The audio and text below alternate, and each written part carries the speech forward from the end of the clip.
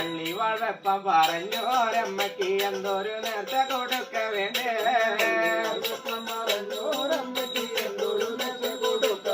അങ്ങനെ മുടിയിൽ ചാത്തുന്ന വേളർ മണിപ്പൂവ് പൊന്നും പൂവായിട്ട് തോറ്റി മങ്ക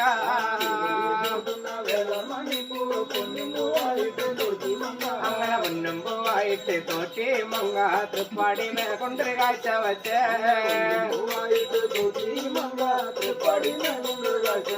അങ്ങനെ എടുത്തോളാം നല്ല എടുത്തോളാം ഞാൻ വെച്ചൊരു നേരത്തെ വാടി വാടാ